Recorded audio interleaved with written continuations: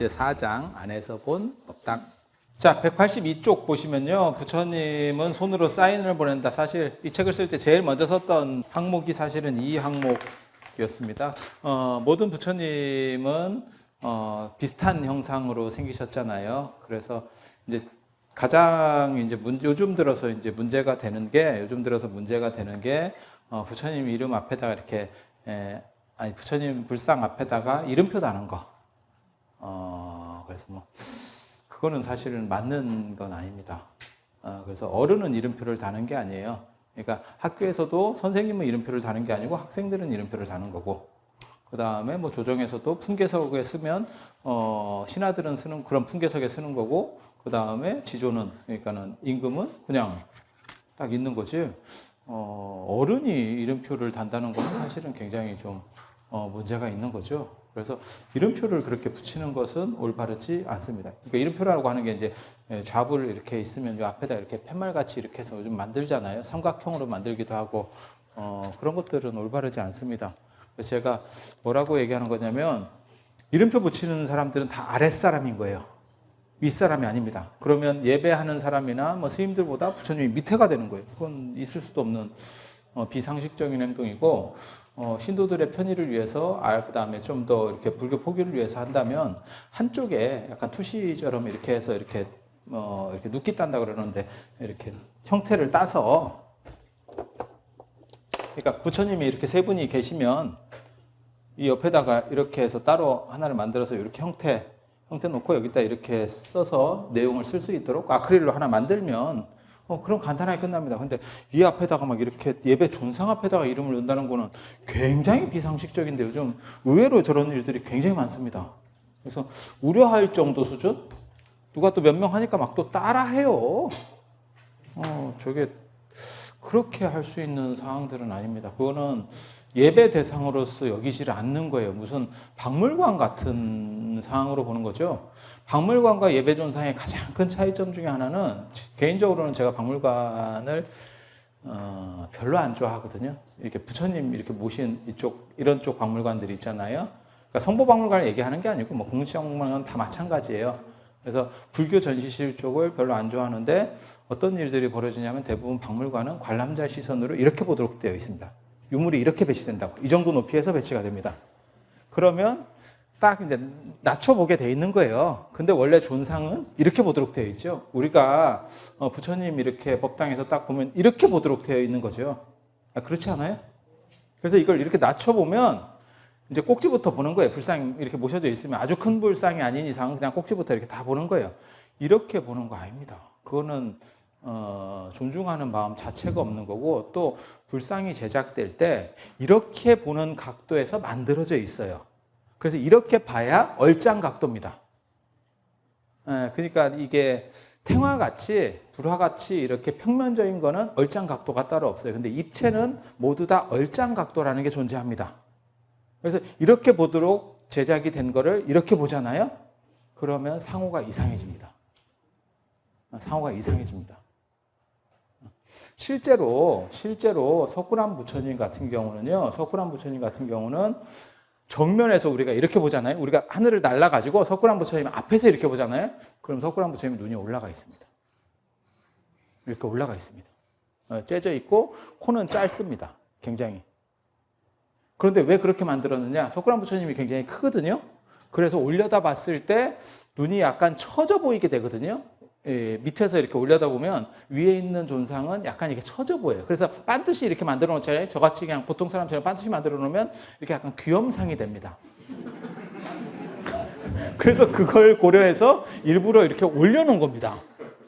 그러니까 보는 각도가 있다라는 거를 말씀을 드리고 싶은 거예요. 제가 지금 말씀드리려고 하는 거는 코도 마찬가지예요. 그 각도에 따라서 시각 보정을 해놓은 거예요. 그걸 계산을 해서. 근데 그거를 이런 식으로 놔버리면 불상이 가분수가 됩니다. 그래서 제가 절대 저렇게 모시면 안 된다. 근데 성모박물관도 대부분 그런 식으로 모셔요. 그래서 부처님이 불단에 모셔져 있을 때는 머리가 크다는 생각을 크게 안 해요. 예배 대상으로 보고 이러면 밑에서 위로 이렇게 치켜 올려보면서 멀리 보기 때문에 그렇게 머리가 크다는 생각을 안 해요. 근데 박물관에 가서 바로 옆에서 이렇게 보면 머리가 크다. 머리가 크다. 이게 확 옵니다. 확 옵니다. 그리고 위에 앉아 계시기 때문에 약간 밑에 이제 예배하러 온 사람들하고 눈을 맞추기 위해서 허리를 약간 이렇게 굽히고 있거든요. 근데 이렇게 보면 약간 이렇게 확 굽었죠. 거북목. 컴퓨터를 많이 하셨는가 봐요. 거북목처럼 느껴지는. 그래서 이렇게 모시는 법칙은 다 안 맞는 겁니다. 그래서 그런 것들도 사실 성모박물관도 이런 볼 수 있는 구조들을 수정을 해줘야 되고, 그것을 우리가 먼저 바꾸고 그 다음에 일반 국립박물관에도 그거를 계속 요구를 해야 돼요. 요구를 해야 돼요. 그런데 그런 데까지 나아가기는 둘째치고 지금은 그냥 사찰의 예배 존상까지도 이름표를 붙이고 있으니까. 그래서 좀 어떻게 보면 안타까운 생각이 들죠. 그래서 친절한 건 좋은데 그건 너무 과잉 친절. 과잉 친절이고, 친절에도 방법이라는 게 있거든요. 그래서 그런 문제들에 대해서도 여러분들이 한 번 정도 생각을 해보시기 바랍니다. 그래서 그건 친절의 문제를 넘어서는 겁니다. 그거는 예배 대상을 모독하는 친절이에요. 그래서 그거는 조금 격에 안 맞는 일입니다. 우리 스스로도 격을 떨어뜨리는 거고요. 그래서 모든 부처님은 동일해요. 동일한 스타일이에요. 그러니까 불교의 가장 큰 특징이 형태는 우리가 알아요. 그러니까 예를 들어서 뭐 나발, 쉽게 말해서 파마머리 같이. 그 다음에 몸은 금색. 그 다음에 약간 살집이 있고 약간 통통한 스타일. 그 이제 복 있는 스타일. 그런 식의 형태는 있지만 얼굴이 어떻게 생겼느냐? 그러면 사실 다 다릅니다. 그건 동네마다 다르고, 그 다음에 나라마다 다르고, 그 나라 사람들이 원하는 생김새로 만들어요. 예수는 거의 비슷한 이미지로 만들어져요. 그렇지만 태국 불상하고 동아시아 불상은 완전히 다릅니다. 그리고 태국 불상이나 동남아시아 불상은 더 호리호리하죠. 그렇지 않은가요? 우리는 약간 또 퉁퉁하고 이렇게 살집이 있고, 부처님은 얼굴 이미지가 딱 고정화되어 있지 않아요. 그렇기 때문에 부처님을 구분할 수 있는 특징적인 부분들이 상대적으로 약합니다. 그래서 그거를 뭘로 구분하느냐? 손모습으로. 그게 이제 수인이죠, 수인. 수인. 개인, 수인 이렇게 얘기하는 이 손모양들 보면 이렇게 되는 거고. 그래서 손모습이 뭐 그렇게 많이 있느냐? 아까도 말씀드렸지만 한 5분 정도만 부처님은 이제 이렇게 구분할 수 있으면 되니까요. 그래서 석가모니 부처님은 선정인을 했다가 오른손을 위로 올리는 선정인을 했다가 이렇게 내리는 항마촉진 석가모니 부처님, 그죠?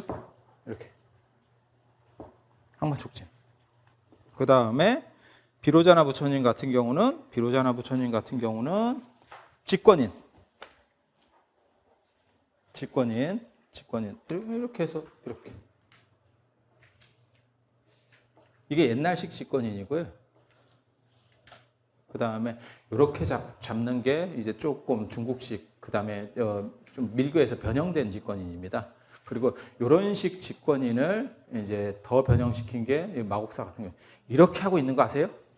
야, 저 손가락이 저렇게 될까 싶을 정도로 막 확 이렇게 꺾고 있죠. 잘 못 보셨으면 나중에 공양하고 한번 가서 이렇게 산보할 때 한번 자세히 봐보세요. 막 이렇게 꺾는데 이 정도 꺾는 게 아니고요. 완전히 이렇게 접어져 있습니다. 이 첫 번째 손가락만. 선운사도 그렇고 막 이렇게 진기하게 접고 있습니다. 그래서 손을 가슴에 대부분 모으고 있으면 이렇게 합장인이 아니고 그냥 이렇게 모으는 자세, 뭐 이렇게 하든지 간에 하면 이런 것들은 다 이런 수인을 하고 계시면 다 비로자나 부처님. 그리고 이렇게 속칭 돈내나 수인이라고 하는 이게 하품 중생인입니다. 정확하게 말하면 아미타 구품인 중에서 하품 중생. 우리나라는 왜 이렇게 하품 중생이 유행하는지 잘 모르겠습니다. 원래 아미타 부처님 같은 경우는 상품 상생인, 상품 중생인, 상품 하생인. 이 손가락만 바뀌는 거예요. 선정인에서 이렇게 해야 되겠네. 원래는 이렇게, 그리고 이 동네로 오면 왼손이 올라가서 이렇게. 상품 상생, 중생, 하생. 어떤 의미인지 아시겠죠? 그 다음에 중품위는 중품 상생, 중생, 하생. 하품위는 하품 상생, 중생, 하생. 이렇게. 예전에는 이 아미타 부처님을 9분을 이렇게 수인이 다 다른 9분을 한 정각에다가 모셔놓기도 합니다. 그렇게 해서 디귿자로 만드는 경우도 있습니다. 이렇게 부처님을 9분을 이렇게 모셔가지고 9분까지는 안 되네. 이렇게 모셔서 여기에 이제 돌아가시려고 하는 분이 가서 이 부처님 손목으로 해서 오색실을 쭉 연결해서 이 사람에게 묶어줍니다. 그리고 이제 임종하도록 연부를 해주는 거예요. 그래서 극락에 왕생할 수 있도록. 저런 건 저는 굉장히 좋다라고 생각을 합니다. 그럼 사람이 안정된 상황에서 이렇게 부처님을 생각하고 이렇게 돌아가실 수 있을 것 같아요. 근데 우리는 희한하게도 상품 상생인이나 일본 같은 데 가면 겸창대불 이런 거 다 상품 상생인이거든요. 그런데 우리는 하품 중생인, 그 돈내나 수인 밖에는 없습니다. 왜 그렇게 통일됐는지는 저도 잘 모르겠습니다. 거의 우리나라의 제가 알기로는 모든 부처님은 다, 아미타 부처님은 이겁니다. 다 보셨을 거라고 생각해요. 스님들이니까 뭐 이거 안 보셨을 일은 없고. 그러니까 봐보세요. 그러니까 부처님이냐 아니냐를 구분하는 가장 큰 판단 기준, 파마머리, 나발 딱 생각하시면 되고, 그 다음에 찢기는 석가모니 부처님, 그 다음에 응침 가운데 손을 모으고 있어. 그럼 비로자나 부처님. 무조건 손만 모은다 그러면 비로자나 부처님. 그 다음에 돈하고 관계되면 재지내야지. 그건 아미타 부처님. 그 다음에 물건이 있으면 사야 되니까 약사. 서 계시면 미륵. 서 계시면 미륵. 이 정도만 아시면 다른 분 만날 일 거의 없습니다. 만나게 되면 어떻게 되죠? 인사하세요. 진짜 만날 일 거의 없어요. 만나뵐 일 거의 없어요. 그래서 그 정도 생각하시면 되고, 그게 이제 수인으로 구분하는 거죠. 왜냐하면 부처님의 생김새적인 다름, 그러니까 얼굴 모습의 다름에 대한 차이가 부족하기 때문에 손을 통해서 그 다름을 표현하고 있는 거죠. 그래서 그런 정도 생각하시면 되고, 그 다음에 이제 보살님 같은 경우는, 보살은 말 나온 김에 그냥 보살님들도 잠깐만 얘기를 해드릴게요. 보살들 같은 경우는 이제 제가보살이 있고 출가보살이 있어요. 제가보살은 제가인, 출가보살은 출가한 분. 제가보살 중에 가장 대표적인 분 어떤 분이 계시죠? 관세음보살, 그죠? 관세음보살, 뭐 대세지보살 이런 분들, 관세음, 대세지 이런 분들의 모델은 귀족입니다.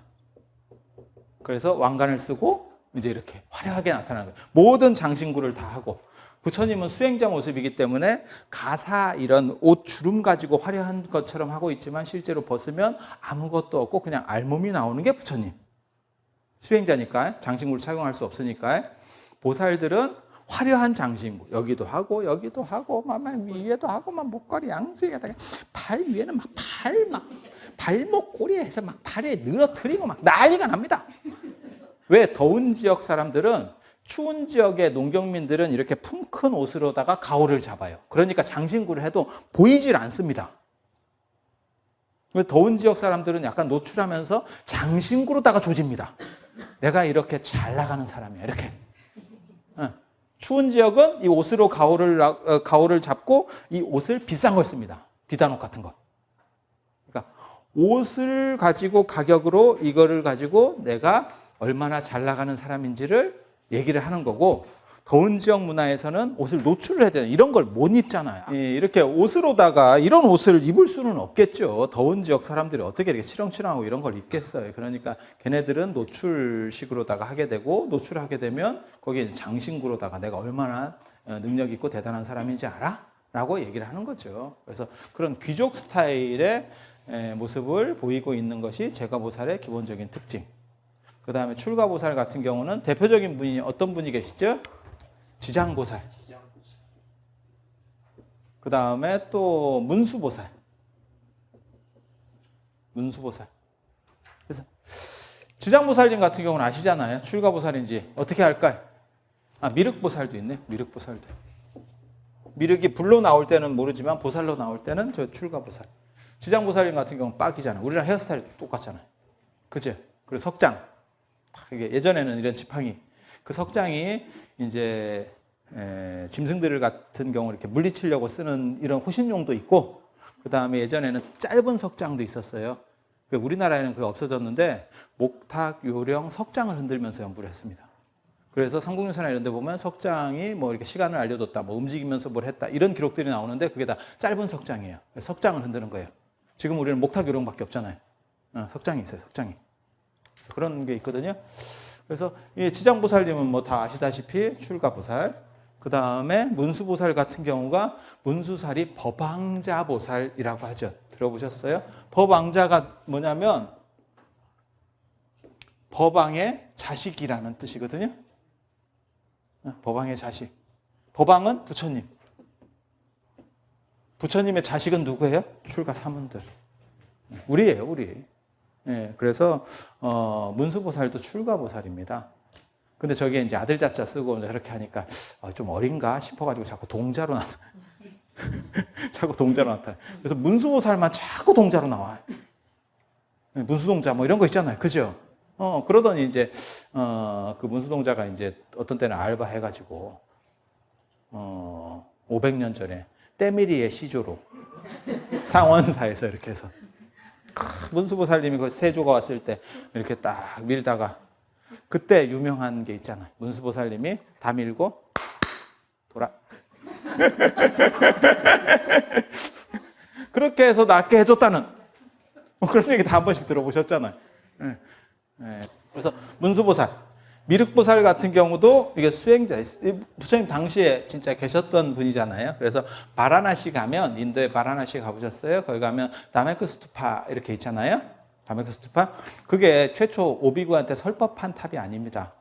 그게 부처님이 가섭불에게 수기를 받았고 미륵보살에게 수기를 준 그 수기의 탑이에요. 그리고 그 옆에 보면 다르마라지카 스투파라고 탑자리만 동그랗게 남은 거 있어요. 거기가 사실 설법 탑자리예요. 그런데 이제 그게 다 헐려버리니까, 헐려서 없으니까 이제 그 다메크스투파를 보고 그냥 오비구한테 설법한 탑이다, 그냥 사람들이 그렇게 얘기하는데 다 그냥 또 그렇게 먹어줘가지고 지금은 또 다 그런 줄 압니다. 인생이라는 게 다 그래요. 그래서 미륵은 수행자이기 때문에 원래 미륵이 정병을 가져요. 이런 정병이기도 하고, 그 다음에 여기 이렇게 돼가지고 이렇게 생긴 정병이기도 하고, 이렇게 저 군직하라고 하는데 정병을 가지고 있었어요. 정병이 원래 미륵볼 거였는데, 이게 미륵보살님 거였는데 이게 수행자이기 때문에, 근데 나중에 관세음보살님한테 뺏깁니다. 지금은 이제 정병이 관세음보살님한테 많이 가 있죠. 해수관음상 뭐 이렇게 보면 정병 뒤로 샥 엎어가지고 이렇게 물 쫙 나오게. 보통 중국 사찰에 가면 대웅전 뒷면 하면 자항보도 이래서 관세음보살님이 이렇게 파도를, 험난한 파도를 이렇게 서핑을 샥 하면서 중생들을 구제하는 모습 탁 이렇게 그런 게 있습니다. 그래서 구분하는 방법은 대충 이 정도. 그리고 다른 보살님들은 어떻게 구분하냐? 위치로 구분하는 거예요. 보현보살? 그러면 관세음 문수보살, 그러니까 석가모니 부처님이나 비로자나 부처님을 중심으로 좌문수, 우보현. 그죠? 아미타 부처님을 중심으로는 좌관음, 우세지. 이렇게. 그렇게 해서 그냥 위치상으로 이렇게 구분합니다. 그래서 다른 분들 같은 경우는, 지금 말씀드리지 않은 다른 분들 같은 경우는 특별한 도상은 없습니다. 어떤 걸 가지고 있다거나 어떻게 생겼다거나 이런 특수한 상은 없습니다. 지장보살님 머리가 왜 항상 초록색으로 표현됩니까? 대부분이. 그게 되게 재밌어요. 그러니까는 부처님 머리카락이 파란색인 거 아세요? 30 이상에 보면, 그러니까 파란색이라는 게 진짜 파란색 말고 부처님이 백인입니다. 아리안족 백인입니다. 그래서 눈동자도 약간 파랗고 머리카락도 파란색이에요. 파르스름한 머리카락 있잖아요. 완전 파란색 말고. 그래서 인도는 아리안족 중심이기 때문에, 아리안은 백인이에요. 코카소스 지방에서 내려온 유목 계열의 백인입니다. 그리고 이 사람들이 누구랑 민족이 똑같냐면, 이 아리안족이 부처님만 아리안족이 아니고 게르만도 아리안이에요. 독일, 프랑스 아리안입니다. 히랍, 그리스 로마 아리안입니다. 중동 아리안입니다. 중동 사람도 아리안입니다. 이게 다 아리안족이에요. 백인 계열이에요. 그래서 히틀러하고 불교하고 마크가 같잖아. 엎어치나 매치나지? 마크가 같잖아. 그게 아리안의 마크입니다.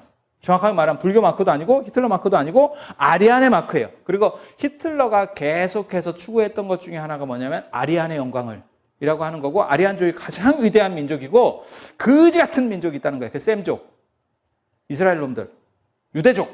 그래서 그거를 한 방에 쓸어버리겠다. 인종 청소를 해버리겠다. 홀로코스트.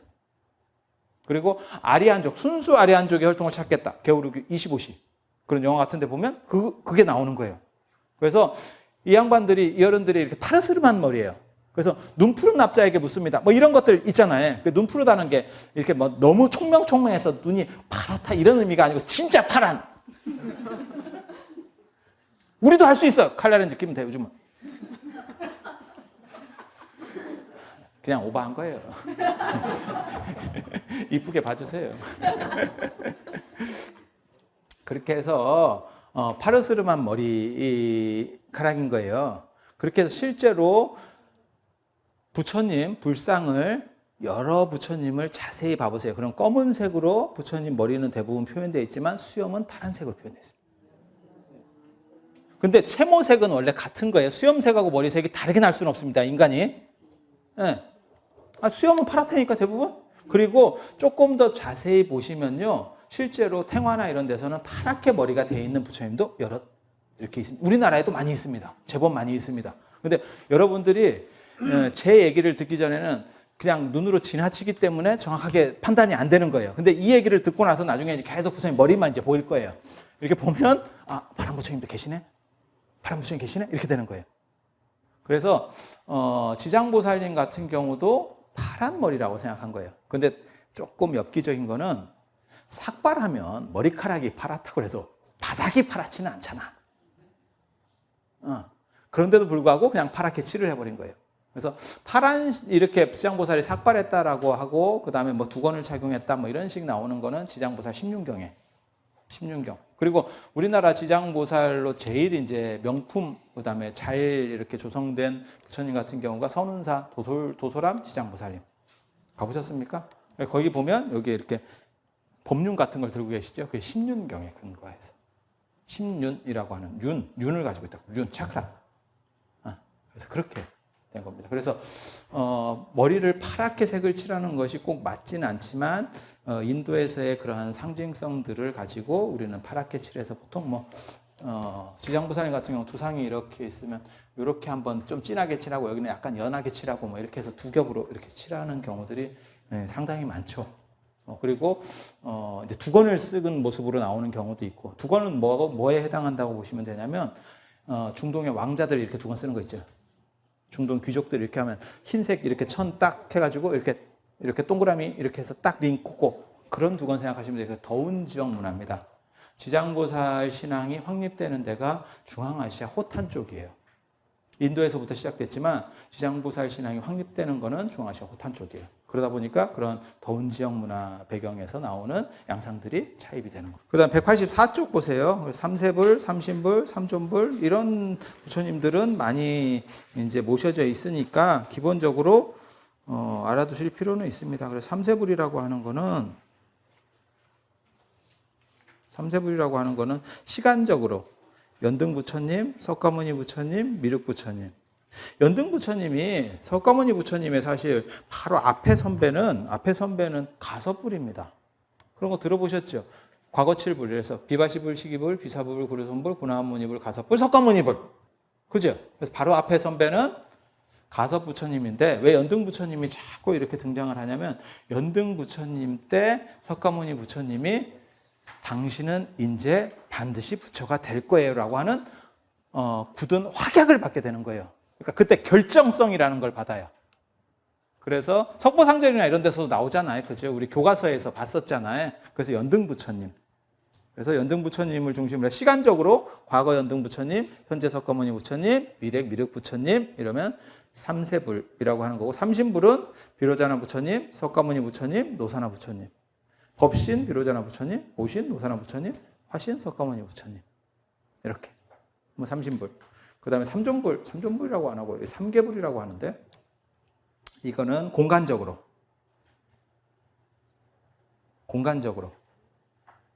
공간적으로. 그래서 석가모니 부처님은 중앙에 계시고 그 다음에 동쪽 동방약사여reb을 서쪽 아미타불. 세계라는 표현이 있어요. 세계라는 표현이 있어요. 이게 시간이라는 의미고요. 이게 공간이라는 의미입니다. 그래서 삼세불 하면 시간적으로 과거, 현재, 미래. 그 다음에 삼존불 하면 공간적으로. 그리고 그냥 재밌는 수인 한 가지만 가르쳐 드릴게요. 재밌는 수인 한 가지만 가르쳐 드리면 수미산 수인이라고 있어요. 수미산 수인.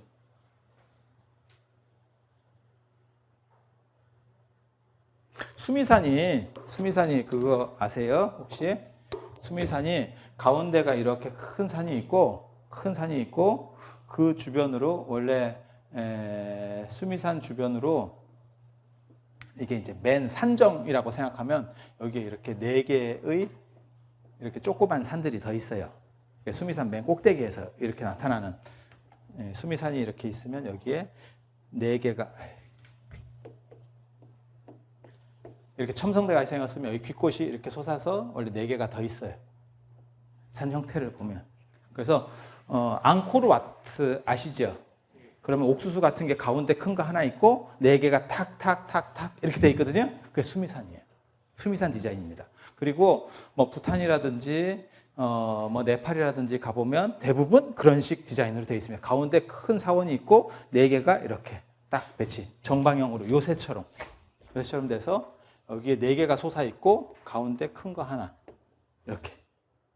그래서 이거를 수인으로 만드는 경우가 있어요. 그게 수미산 수인이거든요. 수미산 수인. 이걸 수인을 하고 있으면 모든 삿된 것들이 들어오지 못한다고 하는 아주 뭐 그런 수인이 있습니다.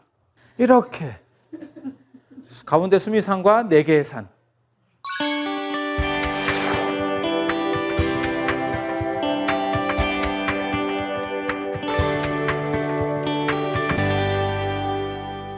그리고 보살은 사자와 코끼리를 타고 이동한다. 인도는 윤회론이니까 그래요. 여러분들이 어떻게 생각하시는지 모르겠는데 동물이 말한다는 개념이 있잖아요. 진짜 특이한 개념입니다. 그래서 서양 백인들이 우리나라에 왔을 때 가장 놀라운 TV 프로를 얘기할 때 뭘 얘기하냐면 동물농장.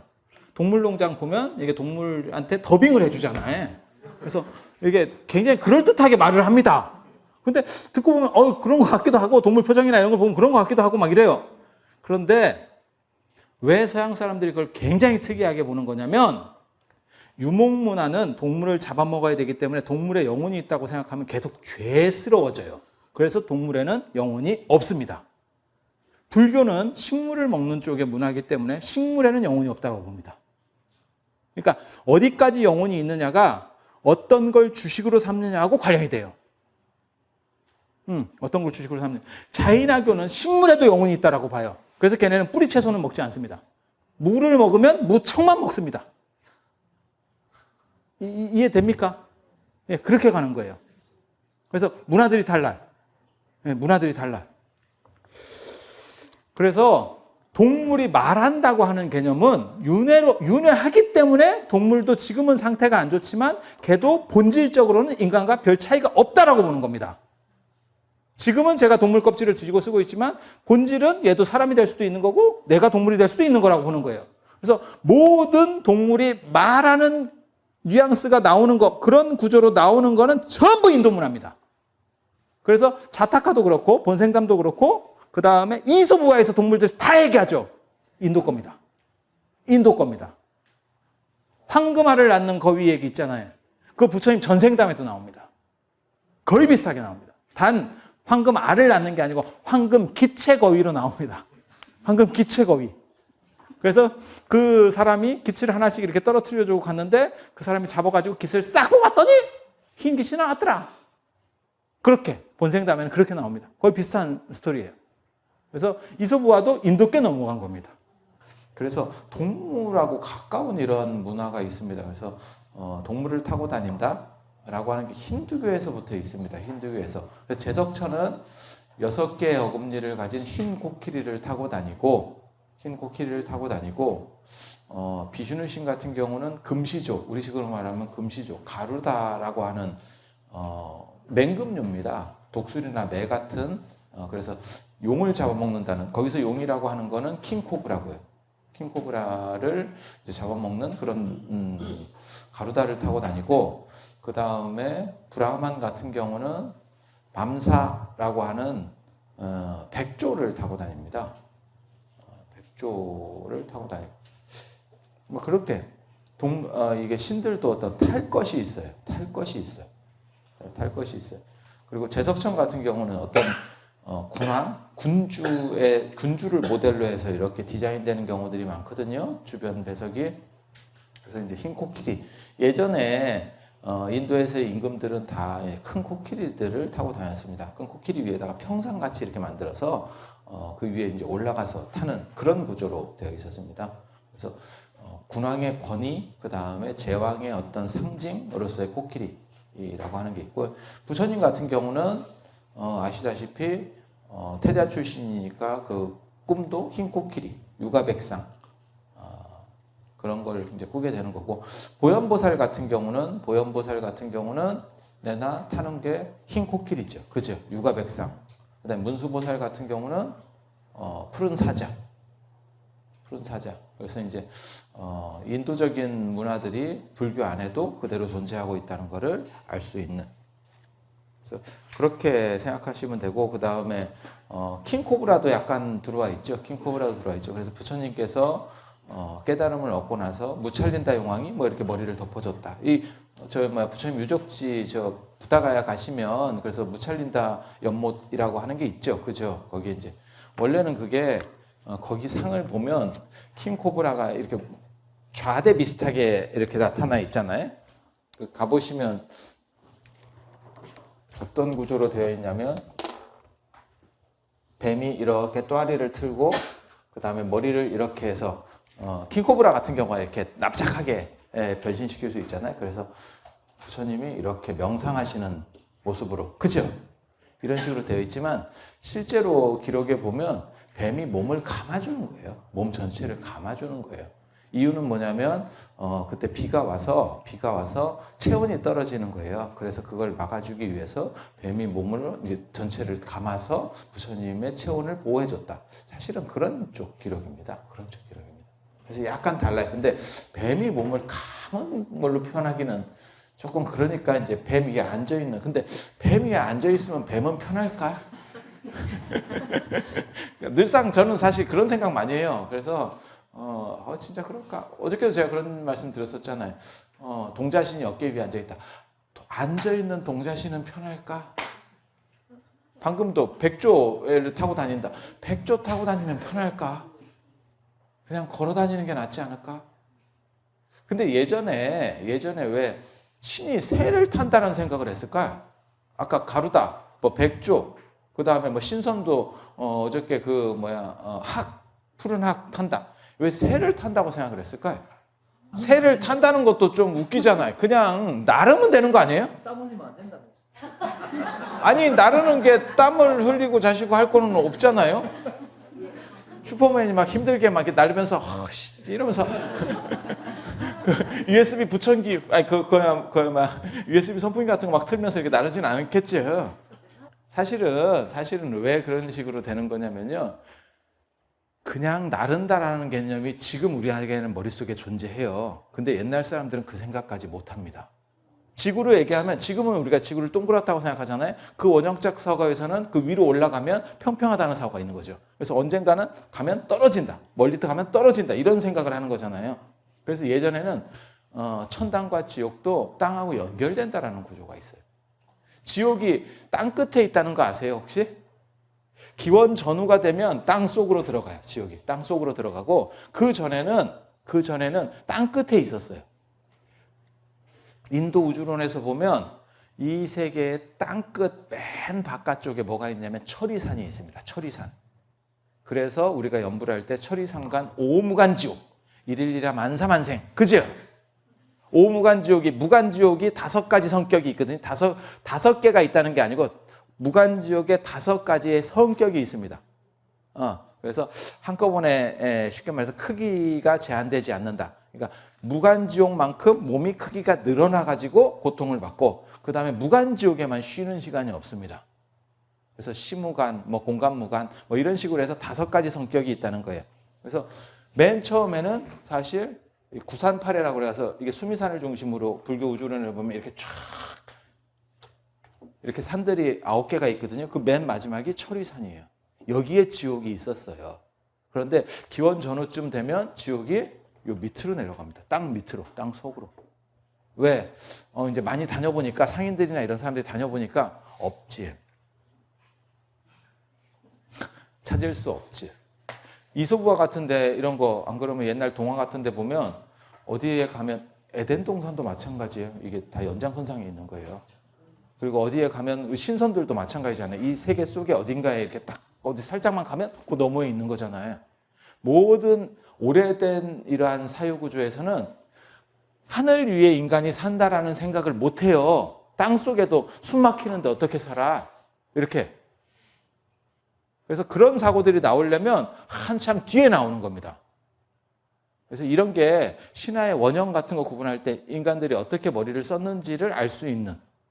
그래서 인도신화에서도 지거천이라고 하는 제석천은 땅 위잖아요. 수미산 위에 사니까 땅 위에 사는 사람이잖아요. 신이잖아요. 그런 구조가 굉장히 오래된 구조입니다. 그리고 그 위에 신들이 하늘 세계에 살아라고 하는 거는 다 첨가되는 구조입니다. 그 뒤에 이렇게 올라가는 구조입니다. 그래서 구사론에 보면 땅 속에 있다라고 나오고 루탄경에 보면 철이산 사이에 있다라고 나와요. 지옥이. 그래서 우주론 같은 경우도 바뀝니다. 바뀝니다. 그런 것들이 있어요. 그래서 동물들하고 연결되는 이런 구조가 인도에는 처음부터 있었고 그 다음에 이제 불교적인 걸 보면 이제 문수보살, 보현보살이 가장 대표적인 거고 그 다음에 219쪽 한번 봐보세요. 지장보살은 개를 데리고 다니잖아요. 모르겠어요. 이게 개인지 사자인지 저도 잘 모르겠습니다. 근데 이게 여기 나오잖아요. 221쪽 사진에 한번 봐보세요. 그 그림에 오른쪽, 왼쪽이죠. 우리가 보기에는 오른쪽, 지장보살 입장에서는 왼쪽. 여기 보면 개 한 마리 있죠. 개 한 마리. 이게 이제 내용은 그렇게 되는 겁니다. 내용은 그렇게 되는 거예요. 김지장 스님이 중국 구화산으로 가는데 구화산으로 가서 지장 왕보살이 나중에 되는 거잖아요. 왜 지장보살만 우리는 그냥 지장보살이라고 하는데 중국에서는 무조건 지장 왕보살이라고 합니다. 왜 왕보살이라고 하는 거냐면 시왕을 거느리는 왕 중에 왕 이렇게 생각해서 왕보살이에요. 지장 왕보살. 그리고 우리 입장에서는 지장보살이 왕이라는 의미보다는 지장보살의 서원이 다른 보살님들보다 서원이 크다 이렇게 보는 거죠. 그래서 우리가 이렇게 대지문수보살, 대행보현보살 하지만 대원 본존 지장보살 그렇게 하잖아요. 그래서 그 원을 높이 쳐주는 건 우리나라식 지장보살에서는 그 원 지옥 중생을 구제하기 전에는 성불하지 않겠다라고 하는 그 원을 높이 쳐주는 거고 중국 같은 경우는 구제력이라고 하는 거를 크게 쳐주는 거예요. 그래서 왕 중에 왕. 시왕을 움직일 수 있는 왕 중에 왕. 그래서 지장왕보살. 실제로 중국에 가보시면 지장보살이라고 안 하고 언제나 지장왕보살 이렇게 얘기를 합니다. 거기에 보면 김교학 스님이 이 김지장 스님이 가실 때 개를 데리고 갔다라는 얘기가 있어요. 그 개가 뭐 선청이고 이게 삽살개다라고 하는 설도 있고 삽살개라는 설도 있고 동경이라고 하는 설도 있고 동경이 들어보셨어요? 네, 경주개입니다. 경주를 고려시대 때는 동경이라고 했습니다. 지금 서울을 고려시대 때는 남경이라고 했습니다. 남경. 그러니까는 경주가 수도일 때는 뭐 동경이라고 할 필요가 없겠죠. 그러니까 개성이 수도니까 동경. 동경이라고 사냥개 있어요. 꼬리 짧은 거 사냥개. 그래서 경주 쪽에서는 계속 동경이라고 우기고 있고. 그런데 또 당나라 때 나오는 문헌인 도낭문서에는 환원기라고 하는 문건이 있어요. 짧은 문건이 있는데 그게 이제 도명이라고 하는 스님이 죽어서 사후세계에 가서 지장보살을 만나고 이렇게 다시 왔다는 뭐 이런 기록이에요. 거기에 보면 사자라고 나옵니다. 또 사자. 그래서 저 사자가 뭐요? 이렇게 물어봐요. 그 환원기에 보면. 그랬더니 지장보살이 저거 문수보살을 변신한 사자야? 이러면서 또 문수보살하고 연결되는 이런 구조가 나옵니다. 그래서 정확하게는 잘 모르겠는데 뭐 이런 구조들이 있습니다. 이런 구조들이 있습니다. 그래서 지금도 저 구화산 가시면 진짜 삽살개 같은 게 있죠. 사자로 보기는 조금 애가 추워 보이고, 아니 그 그림도 그렇게 나옵니다. 언제나 약간 빈초리 같이 사자는 약간 위험 있어 보이고 뭐 이렇게 다야 되는데 그게 아니고 약간 애가 좀 추워 보이고, 그렇다고 개로 보자니 너무 좀 털도 있고, 그래서 이제 삽살개설이 상당히 나오게 되는 거거든요. 그래서 이런 이야기들이 있어요. 그래서 이제 지장보살과 개. 그런데 누가 그러더라고요. 아무리 그래도 유학 가면서 개 끌고 갔겠냐고. 뭐 또 그렇게 생각하면 또 그런 것 같기도 하고. 뭐 모르겠어요. 그냥 기록들이 이렇게 여러 가지가 나오니까 삽살개라는 얘기도 있고, 그 다음에 뭐 사자라는 얘기도 있고, 동경이라고 하는 얘기는 경주 사람들이 지금 계속 밀어붙이는.